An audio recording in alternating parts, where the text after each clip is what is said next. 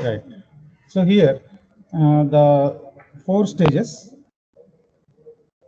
A to B is called ignition delay or ignition lag. Okay, and B2C, that is uncontrolled combustion. Then C2D is the controlled, and 4 to D2 is the afterburning. So during ignition delay, what will happen? Whatever the fuel we are injecting into the engine cylinder, right? So this ignition delay is of two types. Just I am revising quickly what I discussed in last class. It is combination of physical delay and chemical delay. The ignition delay is two types: physical plus chemical. During physical delay, the fuel will be break down into small particles and it will be converted into gaseous form. Means during physical delay period, the liquid is converted into gaseous phase. And whereas in coming to chemical delay period, that the gaseous fuel will be evaporated by using the air surrounding it, so that it will be chemically ready. It will be chemically ready so that the combustion can take place. So that is the ignition delay period. And at point A, we are starting the fuel injection starts here. Fuel injection begins, and this continues till point D. This fuel injection stops. Okay. So means from A to D, the total crank angle, if you say around 35 to 40 degrees revolution of the crank, the fuel pump is on position. Okay, right. At point B, actual rise of pressure will take place. But what is the problem here is, so already the fuel is accumulated from A to B. The entire fuel is going to burn instantaneously. Thereby, the pressure rise will be rapid. We cannot control the combustion. That is called uncontrolled combustion. We can call this combustion as abnormal combustion. Abnormal combustion. Okay, and next B2C is the abnormal combustion. Then at point C, what will happen? Whatever the fuel accumulated within the engine cylinder will be burned completely. Then from point C onwards, the moment we are injecting the fuel, it will burn instantaneously. Means the rate of pressure rise can be controlled by varying the injection pressure of the fuel. Okay, so therefore C2D is called controlled combustion. We can control the combustion rate by changing the injection pressure. And D2E is the afterburning. Whatever the fuel present, left out fuel will be burned during the some portion of the expansion stroke. So here the abnormal combustion is the uncontrolled combustion, right? If you remember SI engine, that is petrol engine, the abnormal combustion takes place at the end of the combustion. At the end of the combustion, if you see here, spark plug we have, this is the flame front, like this it is going, and abnormal combustion is taking place at the end because of the auto ignition of the end portion of the mixer.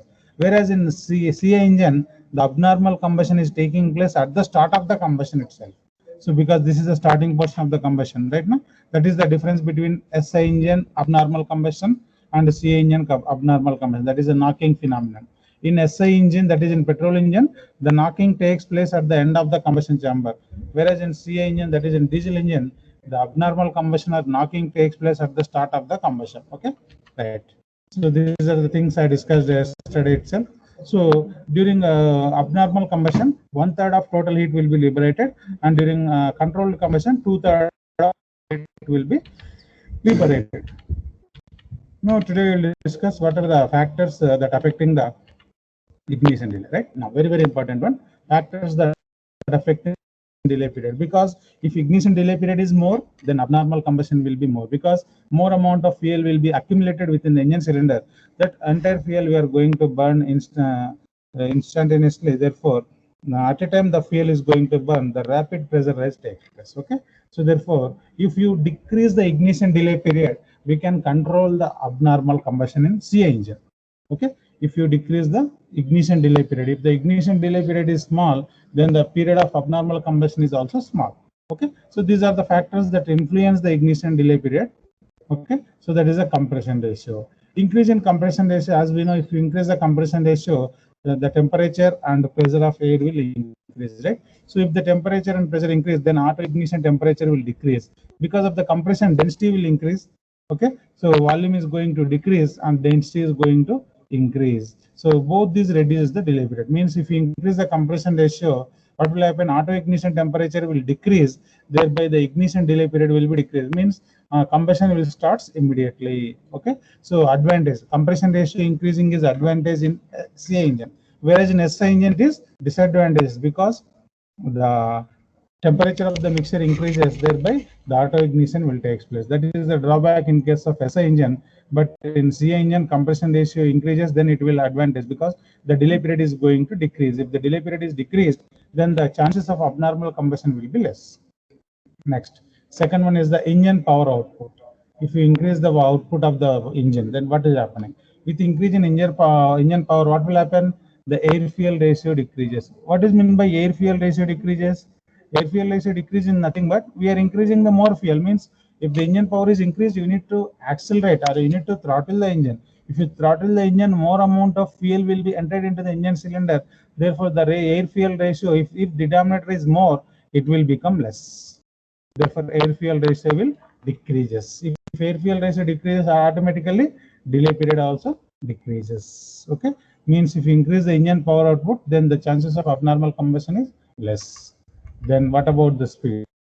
So delay period decreases with increase in the engine speed as the temperature and pressure of the air rises at high engine speed. This is also advantages. Then injection timing. Okay, injection timing means at what time we are injecting the fuel. Okay, that is the injection timing. The temperature and pressure of the air at the beginning of injection are lower for higher injection advance. Right. So the temperature and pressure of the air at the beginning of injection, the point A. I am talking about the point A. The temperature and pressure at the beginning of injection are lower for higher injection advance. Okay, means if you advance is nothing but, let us say this is the piston cylinder assembly, and usually the fuel injection starts when the piston reaches TDC.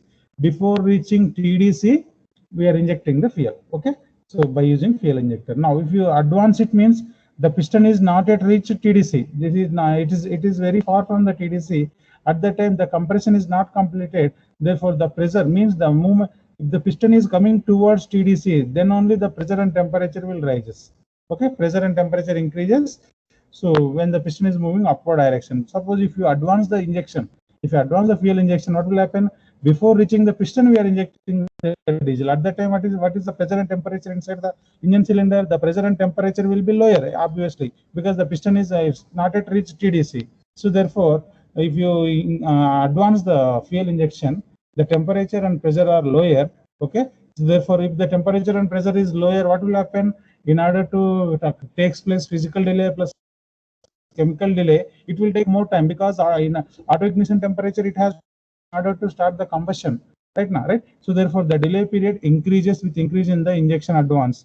Okay, therefore injection advance is drawback right now. Always correct time we need to inject the fuel, right? The optimum angle of injection is 20 degrees before TDC.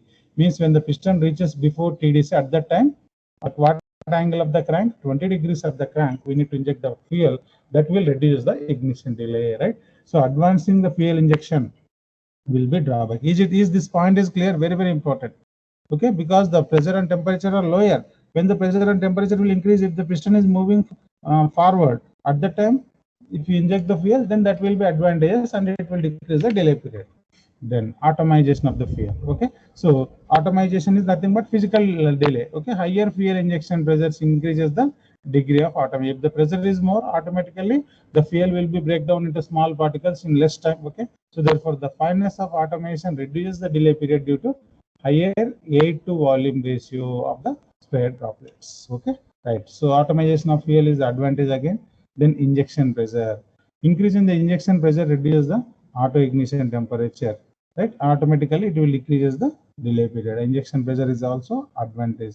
And fuel property. Lower self ignition temperature reduces the delay period. Right.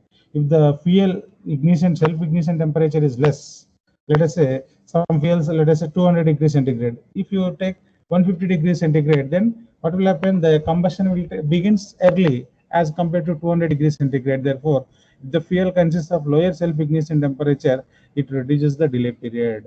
Okay, so other fuel properties which affect the delay period are volatility, surface tension, latent heat, and viscosity. Okay, so we know what is latent heat and what is sensible heat. We discussed already.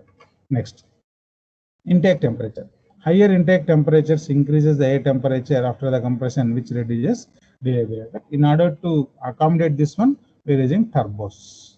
So the main purpose of turbo is to increase the inlet temperature of the air entering into the engine cylinder by using the exhaust gases. Okay, so means this turbo is nothing but a heat exchanger which takes the heat from the exhaust gas, and that heat will be utilized to increase the inlet temperature of the air entering into the engine cylinder.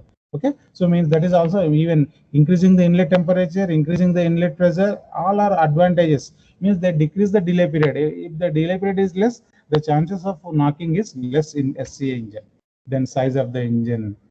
So right, a larger engines operates at lower speeds. Okay, thus increasing the delay period. Always higher speed decrease the delay period. But if you go for larger engine, right, the speed will be less. Therefore, delay period is increased. Okay, it leads to knocking of the engine. That leads to the abnormal combustion. Okay, and the rating of CA engine fuels are denoted with C10 number. Okay, I already discussed. The rating of SI engine fuels are denoted by octane number. If the octane number is more, the chances of knocking is less. Similarly, if the C10 number is more, the chances of abnormal combustion or knocking is less. Fuels with high octane number having lower delay period. Okay, right. Next, fuel air ratio. Increase in fuel air ratio, operating temperature increases.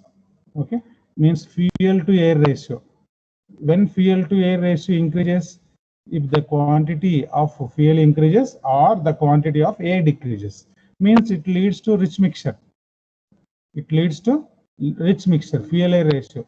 So if the when this ratio will increase, whether increasing the fuel proportion or decreasing the air proportions. Okay, so operating temperature increases because the rich mixture, right now. So therefore the delay period decreases.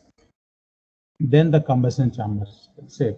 The shape of the combustion chamber plays a major role in completing the combustion, because the length of combustion chamber should be as low as compared, so that in less time the combustion can take less and complete. Okay, so engines with pre-combustion chambers will have low delay point. Okay, low delay point. Pre-combustion chamber means, so there will be two type of combustion chambers. First, the combustion will take place in one chamber, one small one, pre-combustion. Then it will go to the next combustion chamber to reduce the ignition delay period. Then injection duration. Increasing the injection duration. If you increase the injection duration, what will happen? More quantity of the fuel will be accumulated, right now. So which reduces the delay period. Right. So those are the factors that influence the delay period. And abnormal combustion. As we know, the abnormal combustion is taking place from B to C. Okay. Right. The complete combustion of CA engines may be comprising of 4 phases. That is ignition delay. That is 1. Then followed by uncontrolled combustion. Then followed by controlled. And 4th one is the afterburning. These are the 4 stages, as we know. And the combustion generally becomes abnormal in CA engine when the ignition delay is too large. If the ignition delay is too large, what is the drawback? So large uncontrolled combustion and zigzag pressure rise. The pressure rise will be abrupt because of burning of the total fuel accumulated within the engine cylinder. So the abnormal combustion in CA engines may also be termed as the knocking in engines and can be felt by excessive vibrations. As we know, the effect of abnormal combustion is vibrations, damage to the engine. Okay, so these are all similar to CA as well as SI engines. Okay, the effect of knocking is the uneven pressure rise. Okay, uneven pressure rise, then excessive vibrations, excessive noise, excessive heat release, pitting of cylinder head and piston head. Pitting means hammering action. Okay, so these are the drawbacks of the knocking. In order to control the knocking, what will have, some additives are added in CA engine fuel so as to reduce its self-ignition temperature. As we discussed, fuels with lower self-ignition temperature having less delay period, because the fuel will burn in less time, therefore the delay period can be decreased. Means in order to avoid the knocking in CA engine, we need to add some additives to the fuel so that the self-ignition temperature is going to decrease and the ignition process can be accelerated. Okay, now if you see the comparison between the SI engines and CA engines, the knocking, when it occurs, as we see, it occurs at the end of the combustion in case of petrol engine, that is SI engine, whereas in CA engine it occurs at the beginning of the combustion. Okay, and the major reason is, in case of SI engine, is auto ignition of end portion of the mixture. Auto ignition of end portion of the mixture. Whereas here major cause is accumulation of the fresh charge. That is a major reason to occur knocking in CI engine. Here, pre-ignition is possible as the fuel air mixture is compressed, but it is not possible because only air is compressed. Okay, so these are the comparison between the knocking. Very, very important for short answer. Okay, right. Now, what are the parameters which reduces the knocking in SI and CI engine? Okay, right. So here, in order to reduce the knocking in CI engine, just now we discussed, the self-ignition temperature of the fuel should be low. Whereas in SI engine, it should be high, because if this, the main reason for knocking in SI engine is auto ignition, right? So in order to avoid the auto ignition, automatically the self-ignition temperature should be more. If the self-ignition temperature is more, the auto ignition cannot take place. Therefore, we can avoid the knocking. See the difference, okay? Self-ignition temperature of the fuel is low, that is advantage for CI engine, and if it is more, that is advantage for SI engine. Then ignition delay period. So in case of CI engine, the ignition delay should be as low as possible, because the accumulation of the fuel should be less, so that the ignition delay should be less.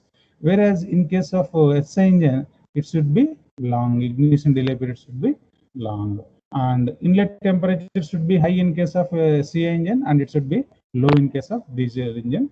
And inlet pressure should be high, inlet pressure should be low, and the compression ratio should be high, it should be low, and high speed, low speed for SI, high, and all you can see easily remember. Only a self-ignition temperature and ignition delay are more for SI engine, but remaining parameters all are more for the CI engine. If you remember this table, two answers are in your hand.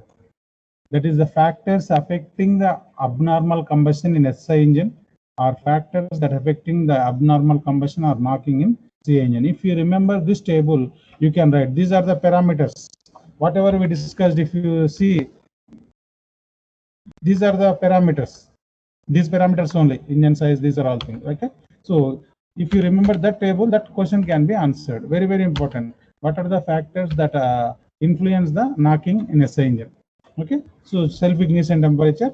So what we need to write for a SI engine, it should be high. So you should explain that why it should be high, because the knocking occurs in SI engine due to the auto ignition of the end charge of the mixture. Therefore, if the self-ignition temperature is more, it will take time to attain the temperature. By that time, the combustion can be completed. Therefore, there is no question of self-ignition temperature. Like that, you need to explain each and every one, minimum 2 to 3 lines. Essay question, this is the parameters which affect the knocking. Okay, is this table is clear? Any doubt? Any Yes, sir. Clear? No, very, very important this one. So total 5 questions I told. That is a combustion phenomena in SI engine, combustion phenomena in CI engine. Okay. Then these are 2 questions. The factors that affecting the knocking in SI and CI engine. That is third and fourth. Fifth one is the comparison of knocking in SI and CI engine. Okay. So from this you will get compulsory essay. Right. Now short answer point of view. Right. So combustion chambers for CI engine. The design of combustion chamber plays a major role in working of any IC engine.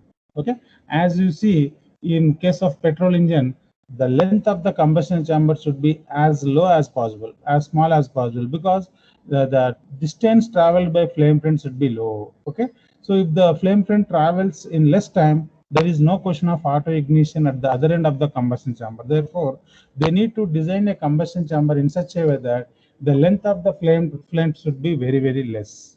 Okay, that is the main important phenomenon. Okay, the proper design of combustion chamber is very important. Okay, in CI engine, the fuel is injected during the period that is 20 to 35 degrees of crank angle, as I told, from A to D. A to D here 20 degree, here 15 to 20 degree, total 35 to 40 degrees rotation of the crank. We are injecting the fuel.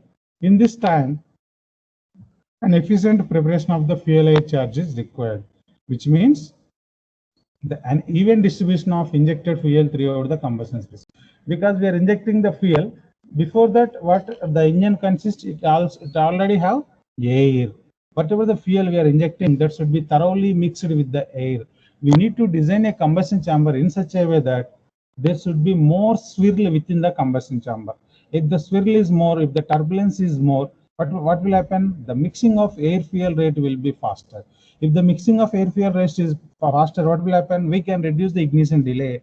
Means the physical delay and chemical delay can be reduced, which always increases the efficiency of the engine, means which reduces the knocking of the engine. Okay, a thorough mixing of air fuel mixture with the air to ensure complete combustion with the minimum excess air, for which it requires the air squeeze of high intensity. Means within the combustion chamber, the air should be in rotation. Therefore, whatever the fuel we are injecting, it will be mixed completely. Therefore, the turbulence is a major component in case of CA engine, because we need, whereas in case of SI engine already the air fuel mixture will be atomized and vaporized within the carburetor. Okay, the atomized and vaporized mixture will be supplied to the SI engine, whereas in case of CA engine only air will be compressed and fuel is injected. In order to mix the air fuel mixture completely, the swirl should play a major role. Okay, that is the reason if you compare the pistons of the CA engine and SI engine, the CA engine piston is having crown over the piston, because this crown shape will create the turbulence, whereas in case of petrol engine it will be almost flat. There is no crown for the SI engine, but if you see diesel engine, there will be cavity over the piston that will create the turbulence. Okay, right. So an efficient and smooth combustion depends upon the sufficiently high temperature to initiate the ignition. It is controlled by the selection of proper compression ratio and a small delay period. A small ignition lag should be there. Okay, and a moderate rate of pressure rise during the second stage of combustion, that is during the abnormal combustion. The rate of pressure rise should be small. Okay, we need to design the cylinder in such a way that, okay, and a controlled even burning during the third stage, that is controlled combustion, and it is governed by the rate of the injection, as we know, and the minimum of after burning, because there is no use of after burning. Right now, if you burn more fuel in the after burning, no use, because it is already expansion stroke. Okay, right. And the minimum heat losses to the walls, these losses can be controlled by reducing surface to volume ratio. Surface to volume ratio means the length should be less.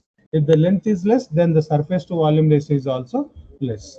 The main characteristics of injection system is that link it with a given combustion chamber or atomization, penetration, fuel distribution, and the shape of the fuel supply. Basically, we have two different types of combustion chambers, that is direct injection type and indirect injections.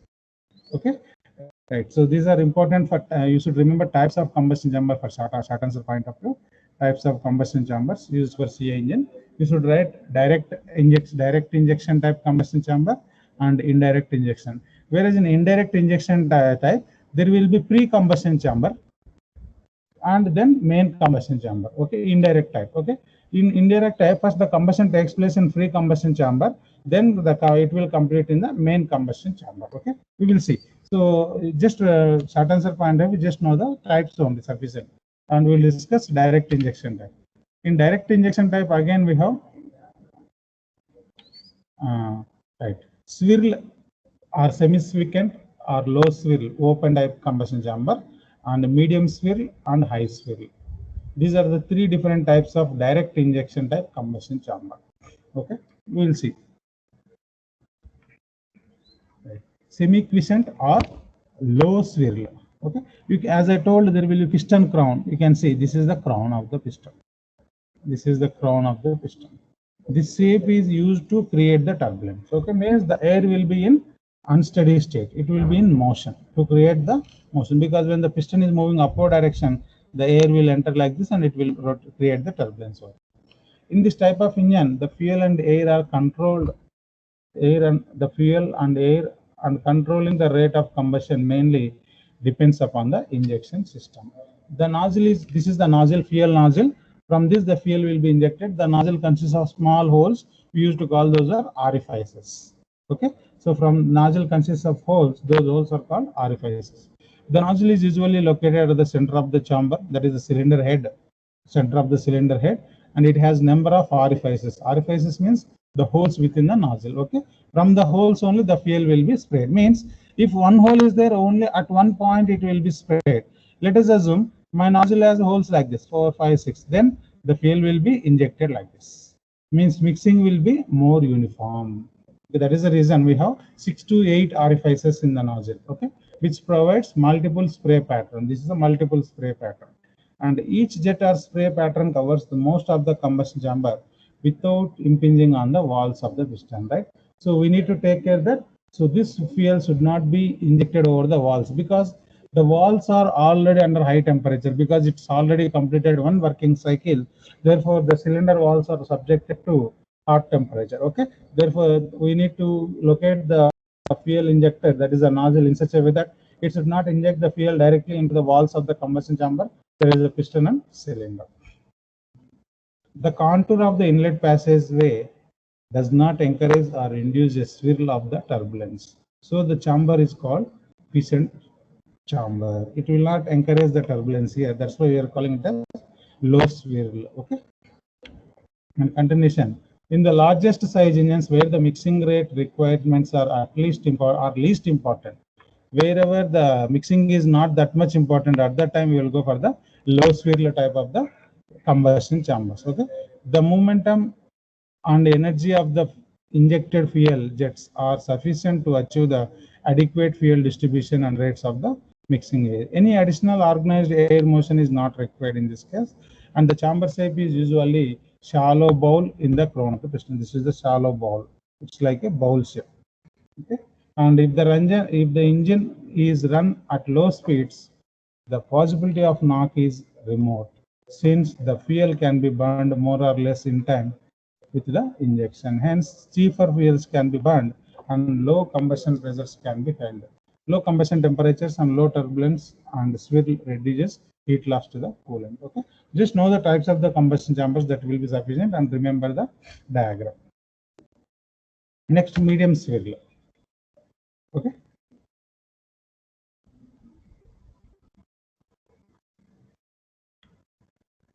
One second.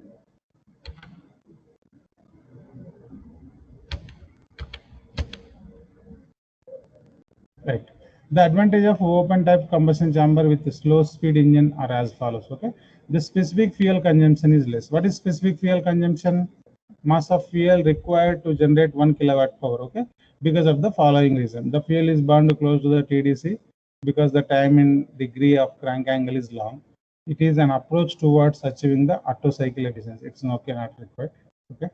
So the following are the possible reasons. Okay, leave it. Then medium swirl open combustion chamber. If you see earlier, the nozzle is located at the middle of the cylinder head, but here the nozzle is located almost middle, but there that is the vertical position, but here it is inclined position, and it has only 4 orifices. There we have 6 to 8 orifices, that is the holes in the nozzle. As the engine size is, and you can see the crown is more deeper as compared to the lower swirl. The piston crown is having more deeper. Okay, as the engine size decreases, the speed increases, the quantity of fuel injected per cycle is reduced, and the number of holes in the nozzle is necessarily less. If the size of the engine is less, then the fuel injection should be less. For that, only 4 holes are sufficient. Means this medium, that low swirl is used in larger engines where the turbulence is not that much efficient. Then, whereas in case of medium swirl open type combustion chamber can be used in small engines. Okay. As a result, the injected fuel needs help in finding sufficient air in a short time, and faster fuel air mixing rates can be achieved by increasing the amount of air swirl.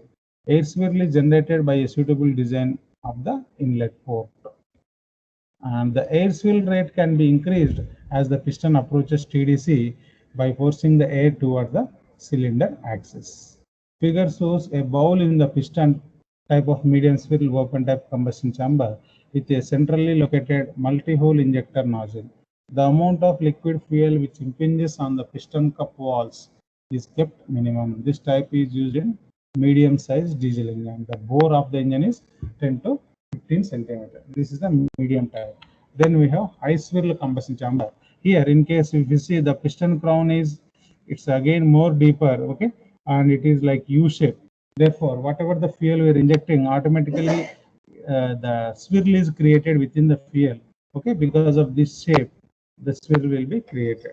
And the spiral intake ports produces high-speed rotary air motion in the cylinder during the induction stroke. Because of the spiral shape, more swirl will be generated. A single coarse spray is injected, only one spray. There is no multiple orifices within the nozzle, only one orifice will be there. So if you see in low swirl, 6 to 8 orifices are there, whereas in medium swirl, 4 orifices are there, whereas in high swirl, only one orifice is there. Okay. A single spray is injected from the pintle nozzle in the direction of the air swill and tangential to the spherical wall of the combustion chamber. It is like tangential direction. Okay, and the fuel strikes against the walls of the spherical combustion chamber, where it spreads to form a thin film which will evaporate under the controlled combustion. The air swirl in the spherically shaped combustion chamber is quite high. The air swirl is quite high. It sweeps over the fuel film, peeling it from the wall layer by layer for progressive and complete combustion. The flame spirals slowly inwards and around the bowl, with the rate of combustion controlled by the rate of the vaporization. Okay, so this is about the high swirl combustion chamber. Remember, we have two different types of combustion chambers: open type and closed type. In open type, low, medium, high. Okay, whereas in indirect type combustion chamber, just remember the names: swirl or turbulent chamber, pre-combustion chamber, and air and energy cells. Right. So with this, our third unit is completed. Any doubt in this unit? Please ask me.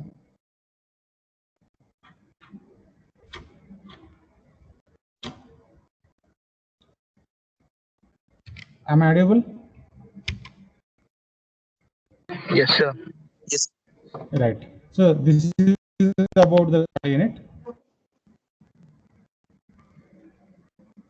Let me open the syllabus.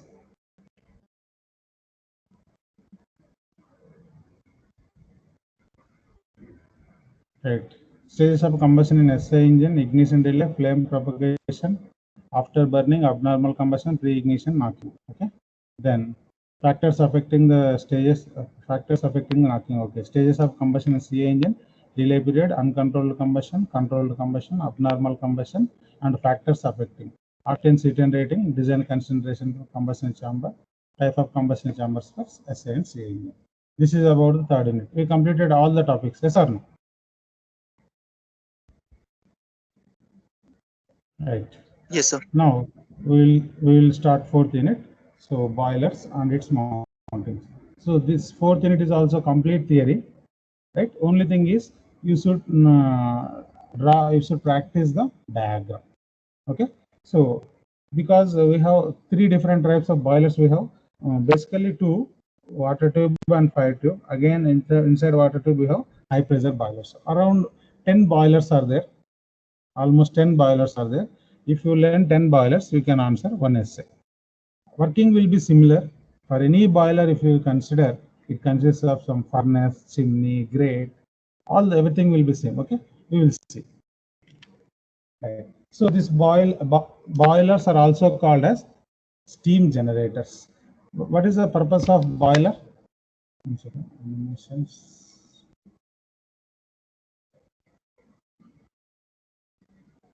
To boil water.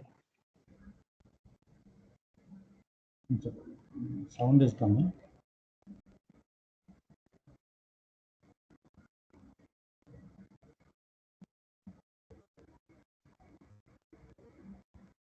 Right. So this.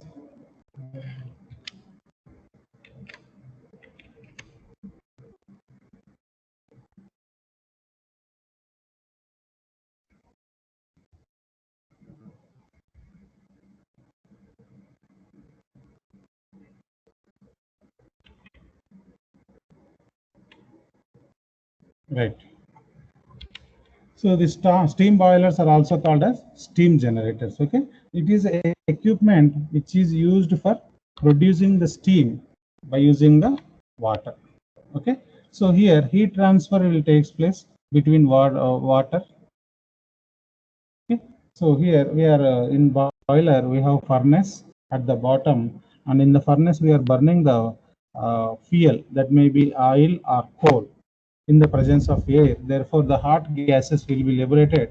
Those hot gases are passing over the tubes of the boiler. Thereby, the heat exchange will take place to the conduction as well as convection, and the water will be converted into the steam. Okay, an equipment which is used to producing and transferring the steam is called steam generator or boiler. So this is the basic definition of the boiler. So boiler is a device which is used to generate the steam. Okay, that is called boiler. Okay. So the principle of steam generation is the fluid, that is nothing but water, contained in a boiler called shell, and thermal energy released, that is heat energy released by burning of the fuel, which may be solid or liquid or gaseous fuel, is transferred to the water, and this converts the water into the steam at the desired temperature and pressure. That's what. Okay. So let us say here, for example, let us say here tubes are there. Inside the tube, let us say cold water is going. Okay. Now what we are having here, we are having the grate or furnace. Here I am burning the coal. Here I am burning the coal. It is in a closed cell. So now if you burn the coal, what will happen? Hot gases will be liberated. Those hot gases are passing over the tubes. Okay. So therefore what will happen? Whatever the water inside the tube will absorb the heat from the flue gases. These hot flue gases are passing over the tubes. Therefore, first what will happen? This tube will be heated due to the conduction, and from here, from tube to water, the heat is transferred. Therefore, the water is converted into the steam at the other end. This is normal. Any boiler, this type of principle will be there. So it contains a boiler that is called shell, and the heat energy released during the combustion of the fuel, which may be, the fuel may be either solid, liquid, or gaseous fuel, is transferred to the water, and this converts the water into the steam at the required temperature and pressure. That is a basic principle, right? So what are the main uses of the steam, right? So basically in steam power plants, if you see, the steam is used to generate the power, right? It is also used to heat some residential buildings in cold countries, okay? And it is also used in chemical industries, textile industries, sugar industries, right? So even we can see for cooking also we are using steam. Right? Every hotels, if you see, they are using steam to cook the food. And classification of the boilers. So boilers are basically classified based on the relative positions of the water as well as the flue gases. Okay, right. So here the first classification is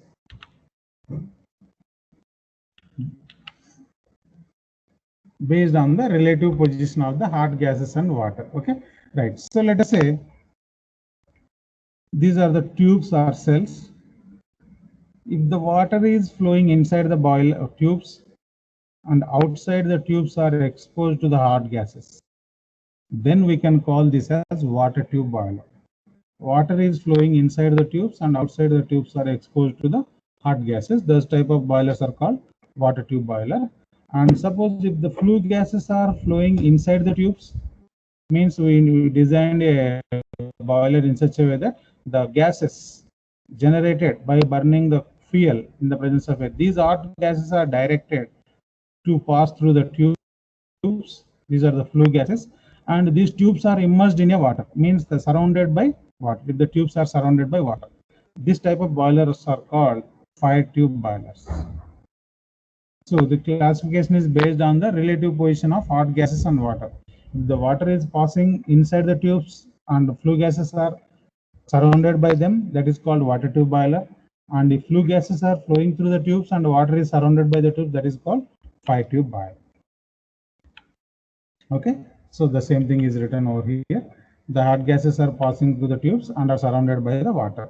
Those are called fire tube boilers. The certain names are, the examples are horizontal return tube boiler, locomotive boiler, okay, Scotch marine boiler, vertical tube boiler, Cochrane boiler, Lancashire boiler.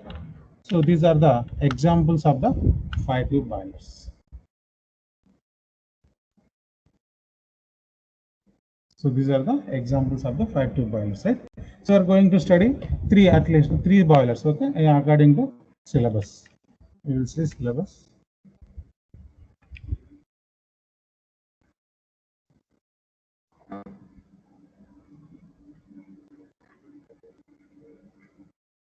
So steam boilers, classification and working, water tube boiler. In water tube boiler, we are going to study Babcock Wilcox Stirling boiler. only 2 boilers we are having under water tube boiler. Count it 1, 2. Under 5 tube boiler, we are going to study furnace, Cochrane, locomotive, Lancashire. 4 5 tube boiler, 2 water tube, 6. And coming to high pressure, we have 3: Lamont, Benson, Loeffler, and Velox. Total here 4, 2, 4, 4. Total 10 boilers we are going to study. 2 water tube, 4 5 tube, 4 high pressure boilers. Total 10 boilers we are going to study. Okay. Okay. So these are the 5 tube boiler. Then water tube boiler. So water is passing through the tubes and gases are produced by the combustion of the fuel will flow outside of the tubes. So the examples are Babcock and Wilcox and Stirling tube boiler. We'll discuss in that. Then second classification is method of firing, where we are firing the fuel inside the boiler or outside the boiler. If we are firing inside the boiler, if the grate is located inside the boiler, then we can call it as internally fired boiler. Means the furnace is provided inside the boiler cell and it is completely surrounded by water cooled surfaces. Okay, so these are called internally fired, and Lancashire, locomotive, and Scotch boilers are internally fired boiler. Means they have grate within the boiler cell. This is called grate. Grate is nothing but the portion over which we are burning the fuel. Okay, it is like some like tray shape. It has perforations.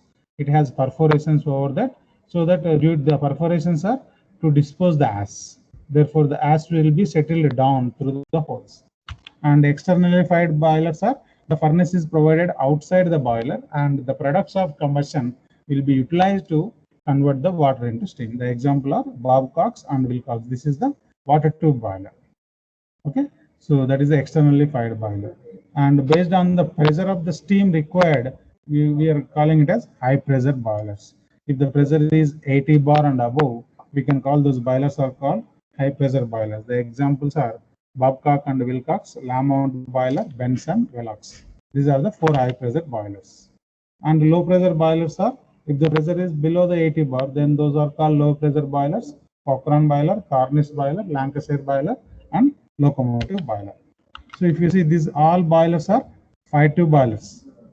Means we can say that all water tube boilers are high pressure. Means if you want more pressure, we will go for the water tube only. Okay. And method of circulation of water means inside the tubes, how the water is circulating, through the gravity it is circulating, or by using, we are using any external pump to pump the water into the pipes. Okay, if we are circulating through the gravity, then we can call it as natural circulation method. Okay, and if we are using any pump to pump the water, we can call it as forced circulation boilers. And next, based on the service to be performed, for what purpose we are using the boiler, we can, if the boiler is located at one place, then we can call it as the land boiler. And if the boiler we are taking over the wheels, right, then we can call it as portable boiler. We can take from one place to another place. Okay, we can dismantle and we can locate it somewhere, right? If you see, the boilers are equal to our classrooms olden days, right? Now we are not using boilers. Okay, so boilers, the size of the boiler is equal to our room, classrooms. That means big boilers we have. And mobile boilers which are fitted on a mobile carriage are called mobile boilers. Example, marine and locomotive boilers. So olden days locomotives are run by using the boilers only. Okay, and once through boiler means in one passage, if the water is converted into steam, let us say in some boilers the tubes are like that, means like this, the water is flowing, water is entering at one end, leaving at end. How many passes it gone through to convert water into steam? This is one pass, two pass, total 3 passes, right? Total it took 3 passes to convert water into steam. But if some boilers are there, it will take only one pass, means one end they will enter as water, the other end they will leave as steam. That type of boilers are called once through boiler. No circulation of water takes place, that is feed water leaves the tube as steam. That is example is Benson boiler. Benson boiler is also called as once through boiler. And position of the drums, single or multi drums. Okay, single drum boiler, multi drum boiler. And design of the gas passages, single pass, return pass, and multi pass. And nature of the draught means after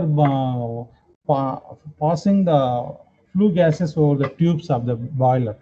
Hot gases are allowed to pass over the tubes of the boiler. Then how these hot gases are removing, how these gases are escaping to the atmosphere, right? So that is called draught. Okay, so natural draught and artificial draught, because see, automatically the gases are having lighter in density. Okay, so because of hot content, the density is less, therefore they can easily float into the atmosphere. If the chimney is located at the top of the boiler, therefore they will escape through the chimney to the atmosphere.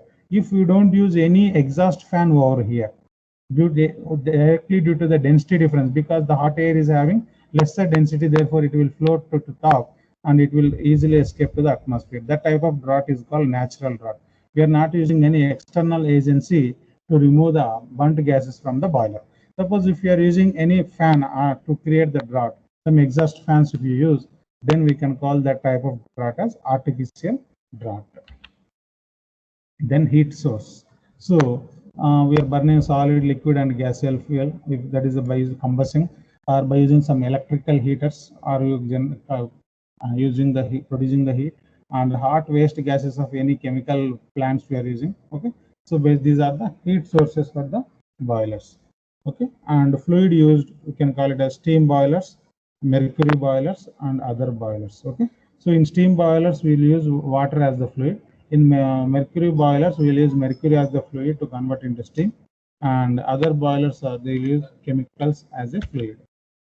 And the material using for the boiler, that is cast iron boiler, steel boiler, and copper and stainless steel boiler. These are the materials we are using for the boilers. This is the schematic diagram of what we discussed so far.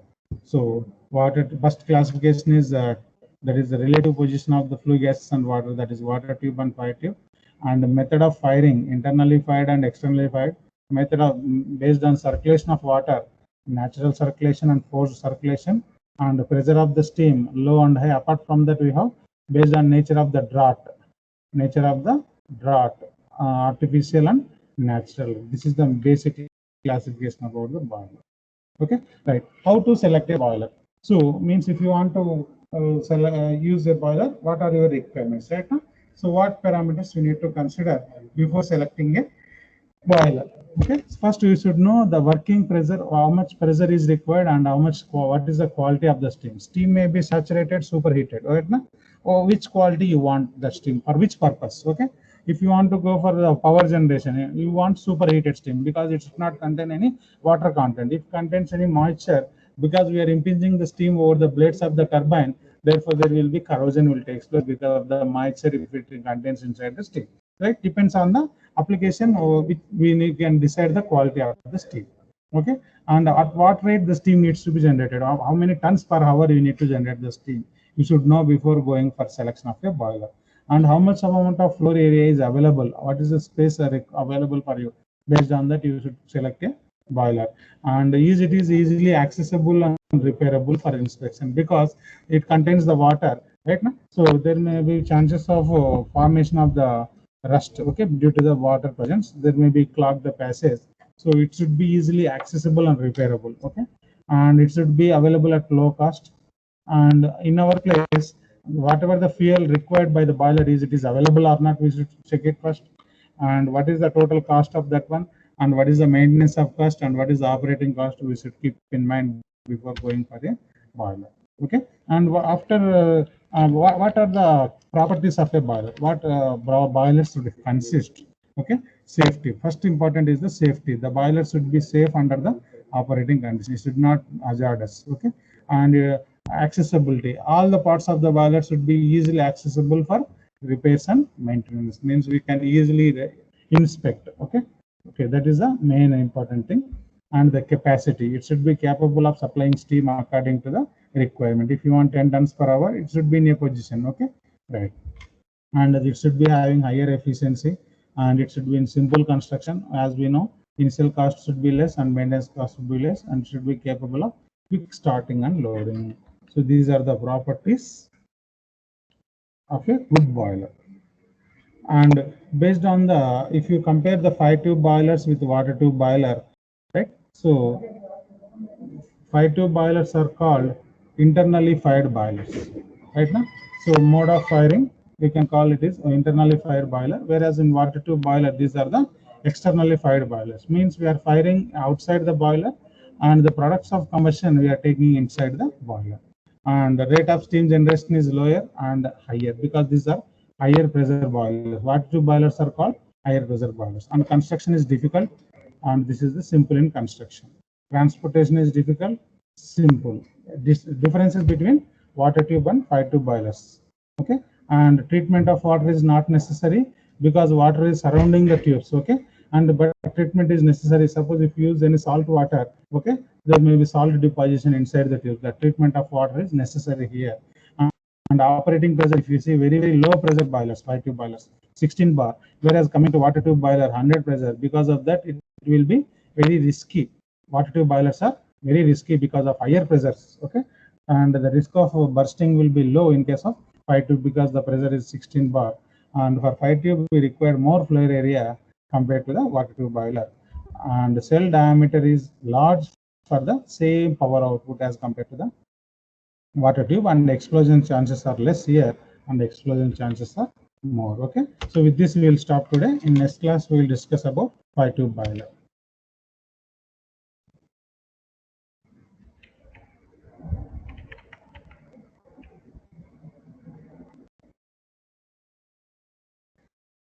Very easy unit. Okay, so this